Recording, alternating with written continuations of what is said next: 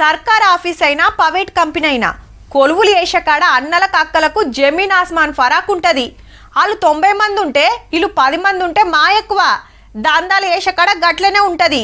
మగోళ్ళు నడిపే బిజినెస్లే ఎక్కువ ఉంటాయి. మహిళా పొదుపు సంఘాల పుణ్యమా అని ఇప్పుడిప్పుడే అక్కలు సుత చిన్న చిన్న దుకాణాలు పెట్టుకుంటున్నారు. ఇక రాజకీయాల ముచ్చట ఎంత తక్కువ మాట్లాడుకుంటే అంత మంచిది. టికెట్లు వంచే కాడ, పోటీ వేసే కాడ, గెలిచే కాడ అన్నిట్లా అక్కలను దూరం పెడతారు. ఇక గా లెక్కలు మారబోతున్నాయి. మా అక్క చెల్లెండ్లంతా ఖుషయ్య ముచ్చటైందంటే వచ్చే పార్లమెంట్ ఎలక్షన్లా మనకు 33% రిజర్వేషన్ అమల్లోకి వచ్చేటట్టుందబ్బా. అంటే 2029లా ఆల్రెడీ పార్లమెంట్ లా బిల్లు సుత పెట్టిండ్రు. ఇక అచ్చేడు దేశమంతా జనాభా లెక్కలు తీస్తారు. ఆడోళ్ళు మొగోళ్ళు ఎందరున్నారో తెలిసినాక మందిని బట్టి ఎంపీ సీట్లు పెంచే కోపుందట.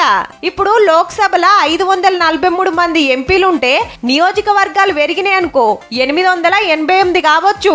100కి 33 మంది అంటే 293 సీట్లు లేడీస్ కే ఇయ్యాలిగా. ఇప్పటి లెక్క మీదకెళ్ళి చూస్తే 179 మంది ఉండాల్సి ఉంటే ఉన్నది 74 మందే. మహిళా రిజర్వేషన్ బిల్లు కోసం ఏండ్ల కాంచి ఉద్యమం నడుస్తుంది. నియంగానే ఇప్పుడు అమల్లోకి వచ్చానంటే ఆడోళ్ళకు సుత మస్తు పదవులు వస్తాయి. ఎంపీలే కాదు ఎమ్మెల్యేలు కూడా. గా లెక్క మీదకెళ్ళి చూస్తే మన అసెంబ్లీలో 119 మంది ఎమ్మెల్యేలు ఉంటే 39 మంది మేడాలు ఉండాలి. కానీ ఉన్నది ఉత్త 9 మంది. ఎట్లా చూసుకున్నా ఫాయిదే.